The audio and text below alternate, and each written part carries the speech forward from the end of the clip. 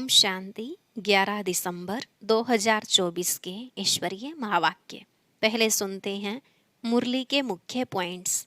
बाबा ने कहा, जिन बच्चों को मैंने सुख में भेजा था वही अब दुखी बन पड़े। ड्रामानुसार फिर से आया हूँ तुमको सदा सुखी बनाने, इसलिए यह सहज ज्ञान और सहज योग सिखलाता हूँ। बच्चे योग सीखकर फिर औरों को सिखलाते हैं। अब जितना जो चाहे पुरुषार्थ कर ऊंच पद पा सकते हैं। फिर चाहे कोई सूर्यवंशी चाहे चंद्रवंशी में सीट रिजर्व करे, यह सारा पुरुषार्थ पर मदार है। फिर बाबा ने कहा, अभी तुम अपनी बेहद की तकदीर बना रहे हो, और वह भी ऐसी जो 21 जन्म अपना ही राज्य भाग्य भोगेंगे। परंतु ऐसे कभी नहीं सोचना कि जो ड्रामा में होगा मिल जाएगा। नहीं, पुरुषार्थ करना है। जब बाप को मदद देंगे तभी तो तुम पद पाएंगे।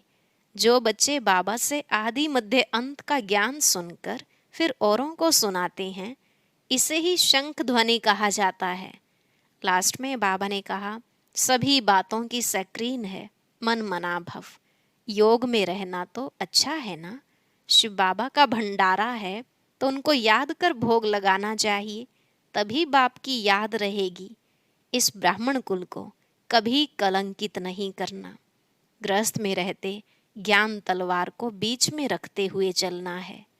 अब सुनते हैं महावाक्यों को विस्तार से। बाबा ने कहा, मीठे बच्चे, बाप का मददगार बन इस आयरन एज्ड पहाड़ को गोल्डन एज्ड बनाना है। पुरुषार्थ कर नई दुनिया के लिए फर्स्ट क्लास सीट रिजर्व करानी है। प्रश्न, बाप की फर्ज अदाई क्या है? कौन सा फर्ज पूरा करने के लिए संगम पर बाप को आना पड़ता है? उत्तर, बीमार और दुखी बच्चों को सुखी बनाना, माया के फंदे से निकाल घनेरे सुख देना, यह बाप की फर्ज अदाई है जो संगम पर ही बाप पूरी करते हैं। बाबा कहते, मैं आया हूँ तुम सबका मर्ज मिटाने, सब पर कृपा करने। अब पुरुषार्थ कर 21 जन्मों के लिए अपनी ऊंची तकदीर बना लो। गीत भोलेनाथ से निराला कोई और नहीं। ओम शांति। भोलानाथ शिव भगवान उवाच। ब्रह्मा मुख कमल से बाप कहते हैं, यह वैरायटी भिन्न भिन्न धर्मों का मनुष्य सृष्टि झाड़ है ना। इस कल्प वृक्ष अथवा सृष्टि के आदि मध्य अंत का राज बच्चों को समझा रहा हूँ। गीत में भी इनकी महिमा है। शिव बाबा का जन्म यहाँ है। बाप कहते हैं, मैं आया हूँ भारत में। मनुष्य यह नहीं जानते कि शिव बाबा कब पधारे थे, क्योंकि गीता में श्री कृष्ण का नाम डाल दिया है। द्वापर की तो बात ही नहीं। बाप समझाते हैं, बच्चे 5000 वर्ष पहले भी मैंने आकर के यह ज्ञान दिया था। इस झाड़ से सभी को मालूम पड़ जाता है। झाड़ को अच्छी रीति देखो। सतयुग में बरोबर देवी देवताओं का राज्य था। त्रेता में राम सीता का है। बाबा आदि मध्य अंत का राज बतलाते हैं। बच्चे पूछते हैं, बाबा हम माया के फंदे में कब फंसे? बाबा कहते हैं, द्वापर से। नंबरवार फिर दूसरे धर्म आते हैं तो हिसाब लगाने से समझ सकते हैं कि इस दुनिया में हम फिर से कब आएंगे। शिव बाबा कहते हैं, मैं 5000 वर्ष बाद आया हूँ संगम पर अपना फर्ज निभाने।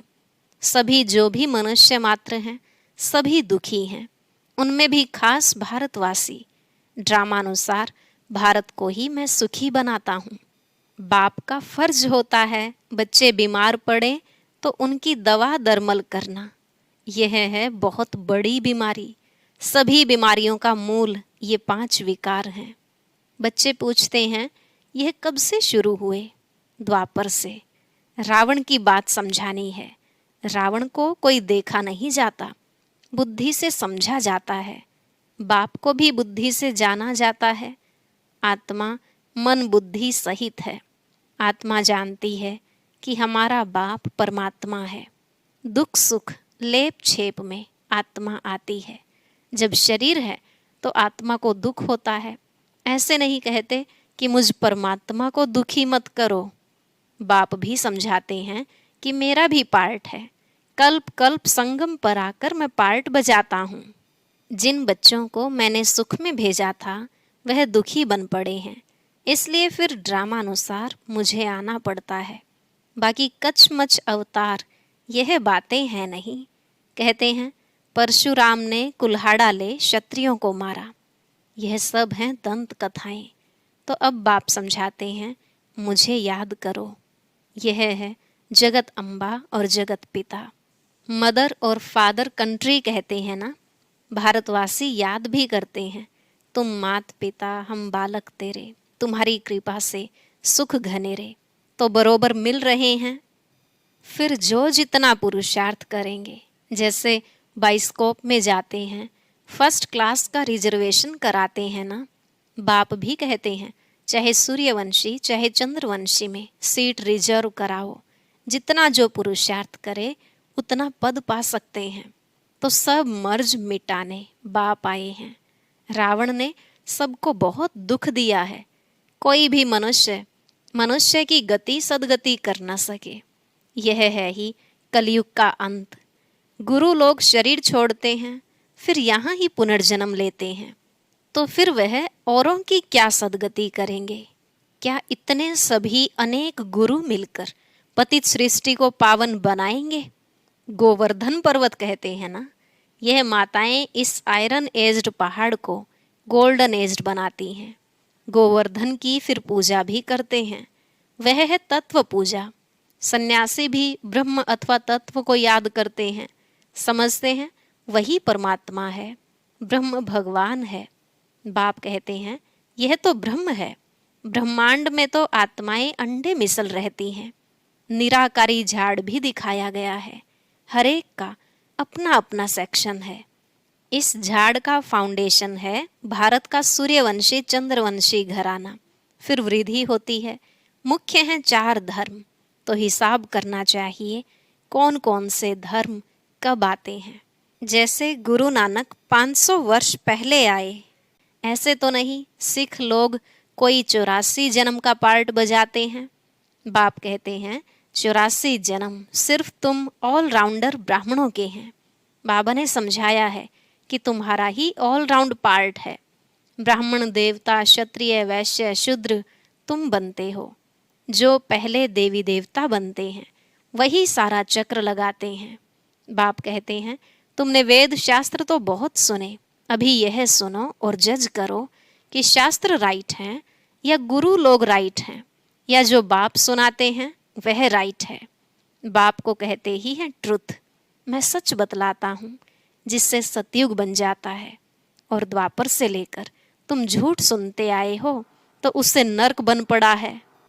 बाप कहते हैं मैं तुम्हारा गुलाम हूँ। भक्ति मार्ग में तुम गाते आए हो मैं गुलाम तेरा। अभी मैं तुम बच्चों की सेवा में आया हूँ। बाप को निराकारी निरहंकारी गाया जाता है, तो बाप कहते हैं मेरा फर्ज है तुम बच्चों को सदा सुखी बनाना। गीत में भी है अगम निगम का भेद खोले, बाकी डमरू आदि बजाने की कोई बात नहीं है। यह तो आदि मध्य अंत का सारा समाचार सुनाते हैं। बाबा कहते हैं तुम सभी बच्चे एक्टर्स हो, मैं इस समय करण करावन हार हूँ।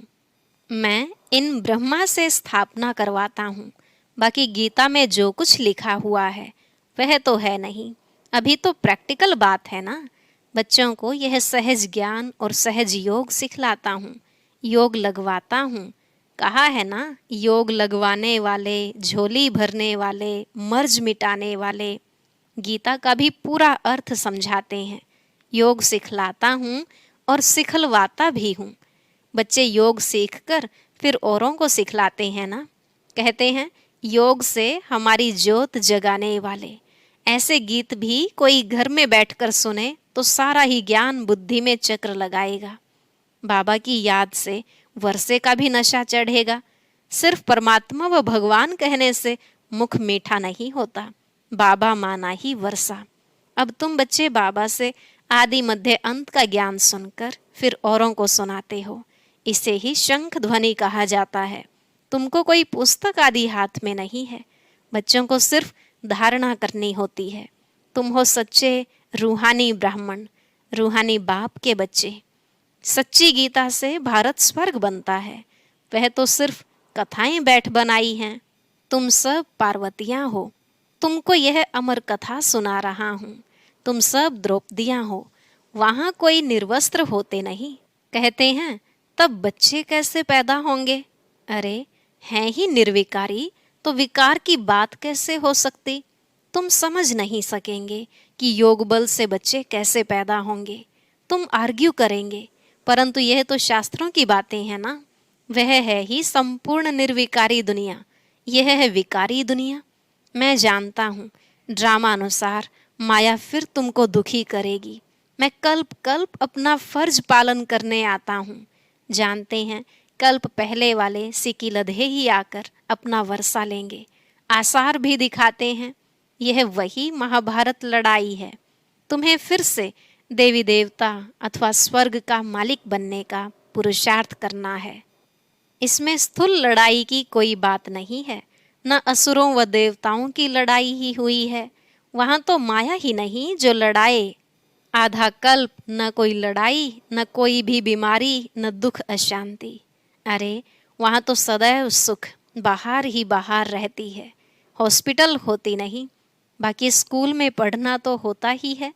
अब तुम हर एक यहाँ से वर्षा ले जाते हो। मनुष्य पढ़ाई से अपने पैर पर खड़े हो जाते हैं। इस पर कहानी भी है। कोई ने पूछा तुम किसका खाती हो? तो कहा हम अपनी तकदीर का खाती हैं। वह होती है हद की तकदीर।